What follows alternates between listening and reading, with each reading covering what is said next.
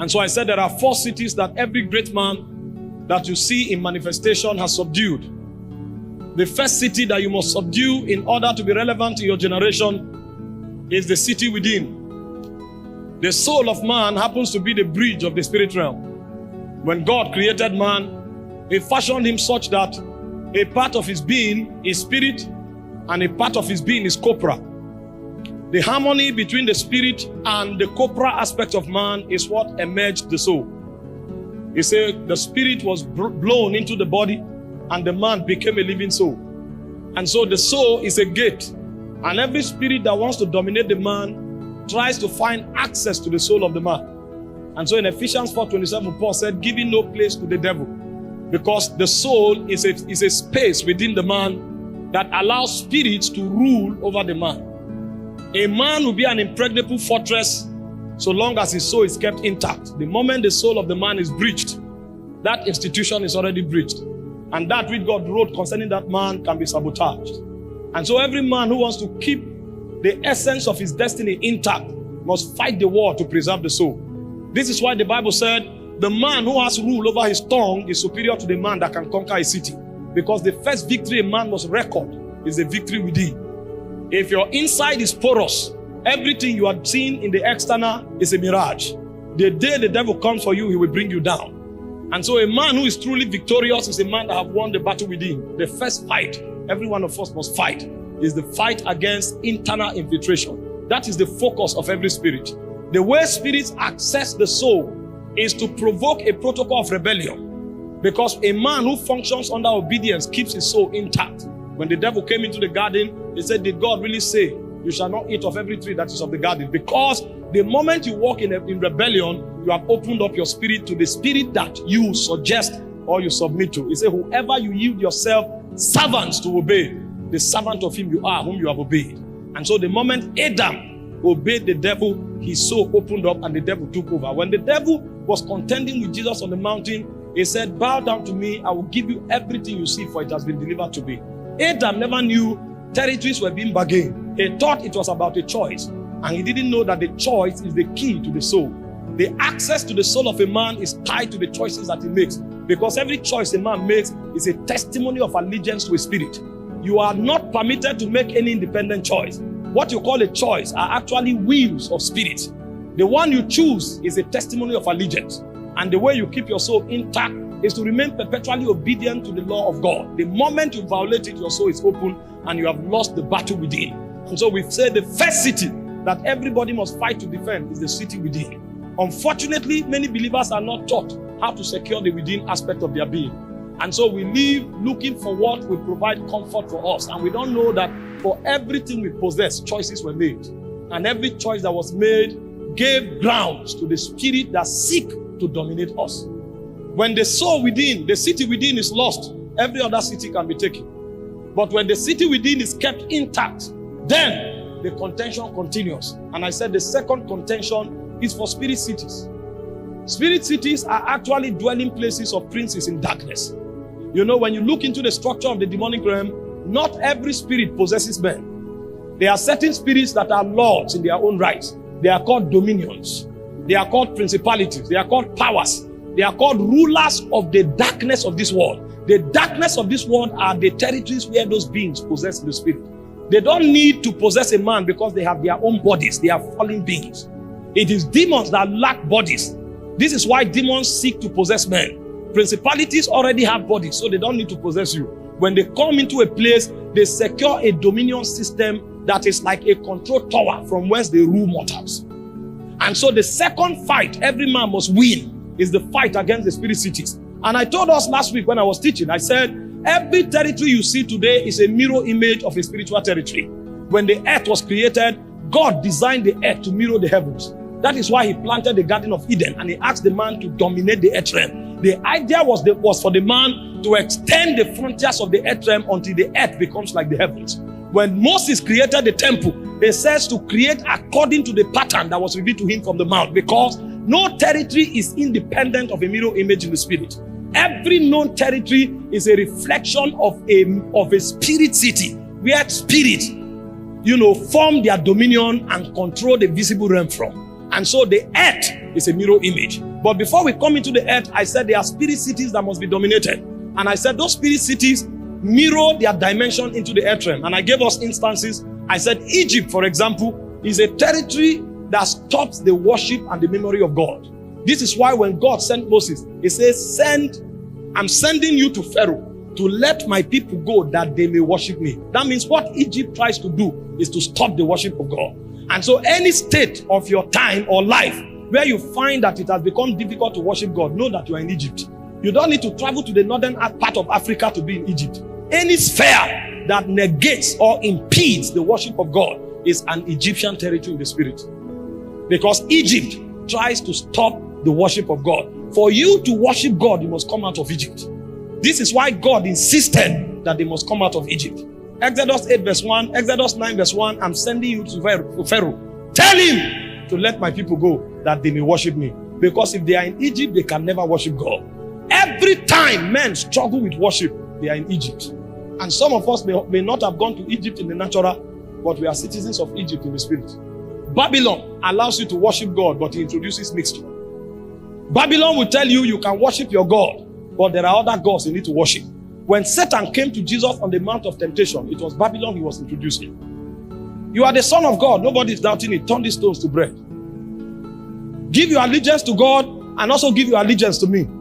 You are the Son of God. Bow to me. I'll give you the whole city. The glory of the world is yours. You can continue proclaiming yourself as the Son of God, but worship me in addition. And if Jesus had obeyed Satan, he would have returned with the power. But this time around, the power would have been corrupt. So I said, in Babylon, what you are is what you have is not in contention. It's who you are that is in contention. Because the same way God blesses men, the devil blesses men. The Bible said the difference is that the blessings of God does not add sorrow. That means the devil also has the power to bless men. The way God empowers men, so does the devil empower men. The difference is that allegiances will have to be altered. You must submit to another God to be able to wield power and authority. The way God makes men popular, the devil also makes men popular. Popularity is not wrong. The Bible said when Jesus returned from the mount, he said his fame went abroad. So God gives fame because it's a tool for advancing kingdom. But God is not the only one that gives fame. That's why all the famous men on planet Earth today are not Christians.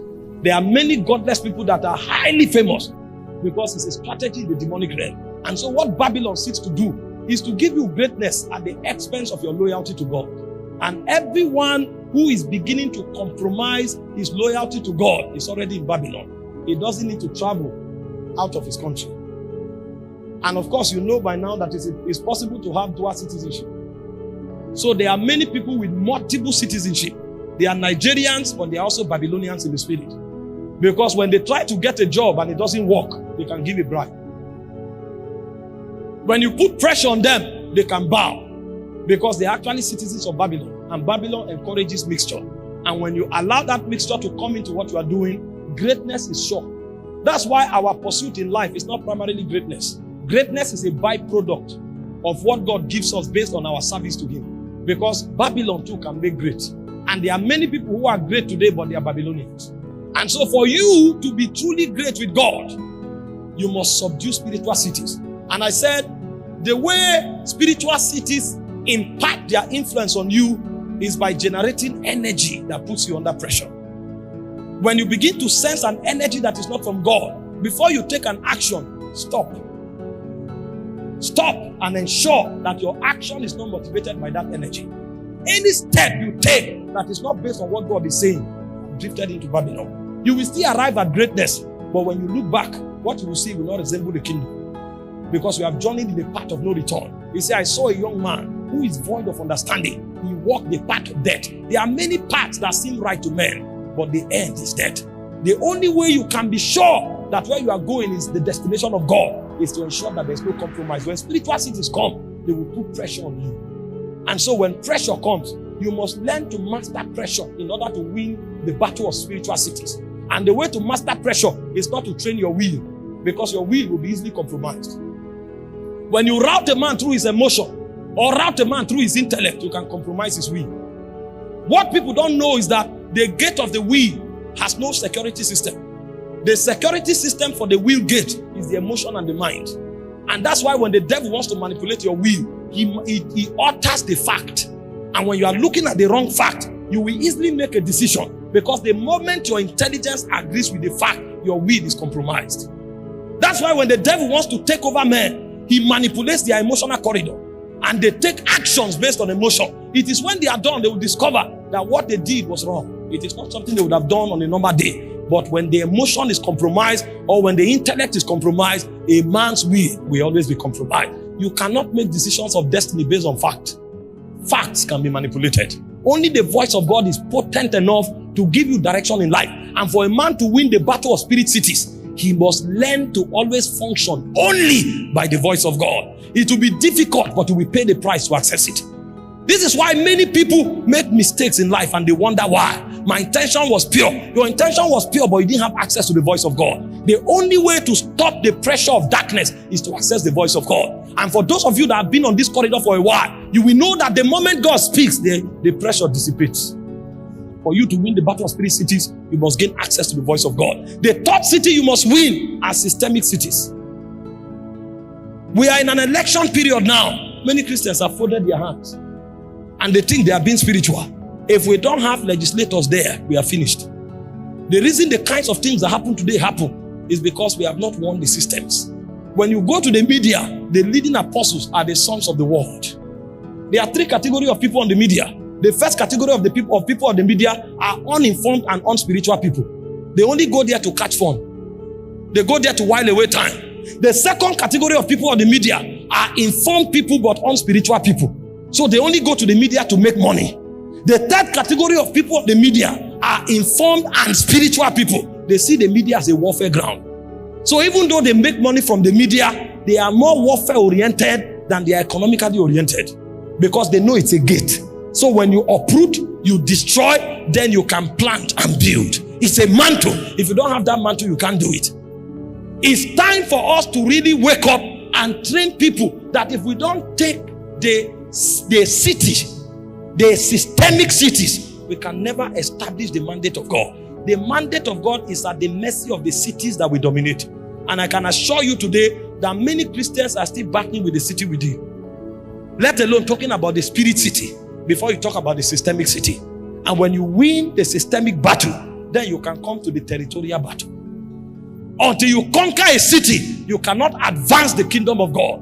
And until you conquer a city, you cannot leave a legacy that will become a platform for the worship and memory of God. And so the business of dominating city is an eternal business, and it is something the body of Christ must be taught and trained to handle. How many of us have conquered the city within? How many of us have conquered spirit cities? Most of us, the reason we are praying today is because we are in a neighborhood where people are praying. If we are removed from there to another location, prayer life dies immediately, because we come under another atmosphere. We have not won the battle of the heavenlies. And so atmospheres determine our consecration. Atmospheres determines our intensity. We may come to church for 30 years, but we are not relevant in the hand of God. And so in a season like this, men must master how to win the battle of cities. If we don't win the battle of cities, there will be no hope for our generation.